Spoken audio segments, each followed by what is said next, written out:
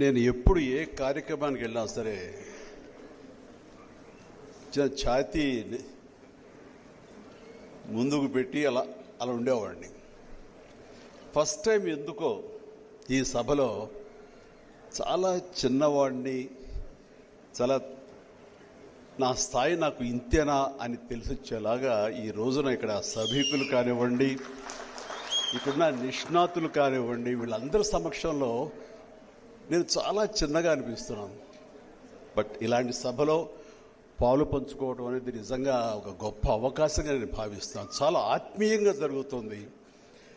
చాలా కావలసిన వాళ్ళు, గొప్ప గొప్ప వాళ్ళు, చెప్పాలంటే చీఫ్ జస్టిస్ దగ్గర నుంచి, రిటైర్డ్ జస్టిస్ దగ్గర నుంచి, వరప్రసాద్ గారు లాంటి నిష్ణాతులు అండ్ రమేష్ గారు లాంటి ఐఏఎస్ ఆఫీసర్లు, ఐపీఎస్ ఆఫీసర్లు, ఎంతోమంది ఇక్కడ మహామహులందరూ ఇచ్చేసి సభకు ఒక గొప్ప నిండుదనాన్ని తీసుకొచ్చారు. దానికి ప్రధానమైన కారణం ఈరోజు ఇక్కడ ఎవరికైతే సన్మానం జరుగుతుందో, ఎవరైతే దీనికి హీరోగా ఈ సభా కార్యక్రమానికి ముఖ్యంగా సన్మానకర్త ఉన్నారో ఆ సతీష్ రెడ్డి గారి మీద గౌరవంతో ఇంతమంది ఇక్కడ రావటం, అందులో నేను పాలు పంచుకోవడం అనేది నాకు చాలా చాలా సంతోషంగా ఉంది.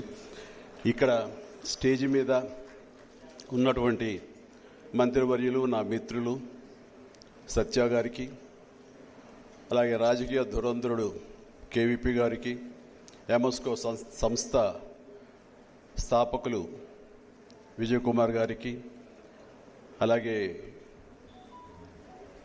పత్రికా రంగంలో సీనియర్ మోస్ట్ వ్యక్తులు రామచంద్రమూర్తి గారికి, ఇతర పెద్దలకు, అలాగే పట్టాభిరామ్ గారి సతీమణి జయమ్మ గారికి, ప్రతి ఒక్కరికి మనిషికి ప్రతి ఒక్కరి నా హృదయపూర్వక నమస్కారాలు తెలియజేసుకుంటున్నాను.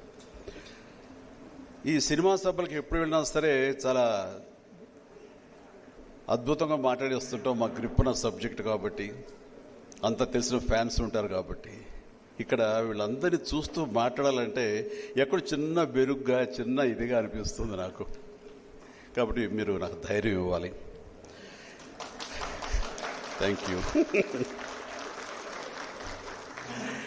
ఎందుకంటే పెద్ద సైంటిస్టులు ఇక్కడ ఉన్నారు, నేను ఏం మాట్లాడగలను. పెద్ద న్యాయమూర్తులు ఇక్కడ ఉన్నారు, కొంతమంది డాక్టర్లు ఉన్నారు, లాయర్లు ఉన్నారు, ఐఏఎస్ ఆఫీసర్లు ఉన్నారు, ఐపీఎస్ ఆఫీసర్లు ఉన్నారు. ఇంతమంది మీ ముందు నేను మాట్లాడాలంటే కనుక ఎక్కడైనా ధైర్యం కూడగట్టుకుని నేను మాట్లాడాల్సి వస్తుంది, మాట్లాడతాను. నేను ఫస్ట్ టైం ఈ రోజున ఈ సభ చూస్తుంటే ఒక అద్భుతమైన సంగమంలా అనిపిస్తుంది. ఒక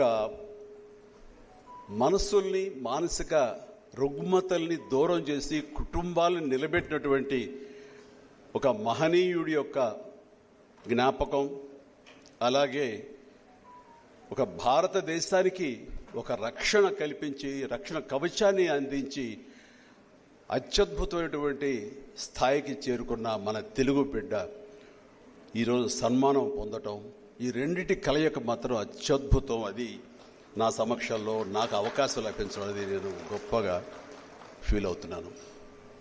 నాకు ఫస్ట్ టైం పట్టాభిరామ్ గురించి మాట్లాడంటే, బివి పట్టాభిరామ్ గారి గురించి 30 ఏళ్ల క్రితం ఇక్కడ నేను షూటింగ్ అది వస్తున్న సమయంలో యండమూరి వీరేంద్రనాథ్ అండ్ జంధ్యాల గారు నాకు ఒక వ్యక్తిని పరిచయం చేశారు. నీకు చాలా ఇంట్రెస్ట్ కదా మ్యాజిక్ అంటే, ఇలా హిప్నాటిజం అంటే నీకు ఇంట్రెస్ట్ కదా, ఒక వ్యక్తి ఉన్నారు పరిచయం చేస్తానంటే ఫస్ట్ టైం బివి పట్టాభిరామ్ గారు నాకు పరిచయం చేయడం జరిగింది. ఆయనతో కూర్చోవడం సమయం తెలిసేది కాదు.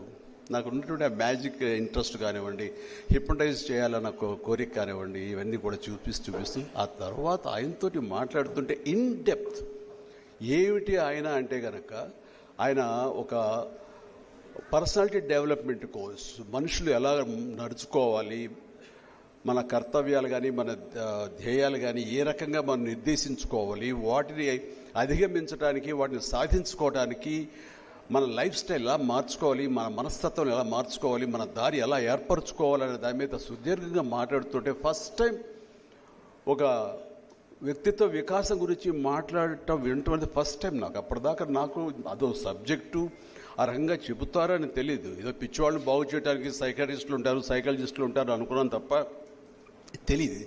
సో చూస్తుంటే నేను ఎన్నో తప్పులు చేస్తున్నాను, ఎన్నో తప్పులుగా ఆలోచిస్తున్నాను. ఇవన్నీ కూడా సరి చేసుకుంటే కనుక నేను మరింత ఉన్నత స్థాయికి వెళ్ళడానికి ఇలాంటి టిప్స్ నాకు దోహదపడతాయి కదా అంటూ ఆయనతో ఇంకొంచెం నేను పరిచయం పెంచుకోవడం జరిగింది. ఆ క్రమంలో ఆయన చెప్పే కొన్ని ఎగ్జాంపుల్స్ కానీ మానసిక రుగ్మతలు ఏ రకంగా ట్రీట్ చేసి వాళ్ళు ఎలాగ బాగుపరిచారు, తద్వారా ఆ మనిషి బాగుపడితే ఆ కుటుంబాలు ఏ విధంగా సంతోషాన్ని వ్యక్తం చేస్తున్నాయి అంటూ ఆయన చెబుతుంటే కనుక అది నేను అన్వయించుకున్నాను, కొన్ని ఆచరించడానికి నేను ప్రయత్నం చేశాను.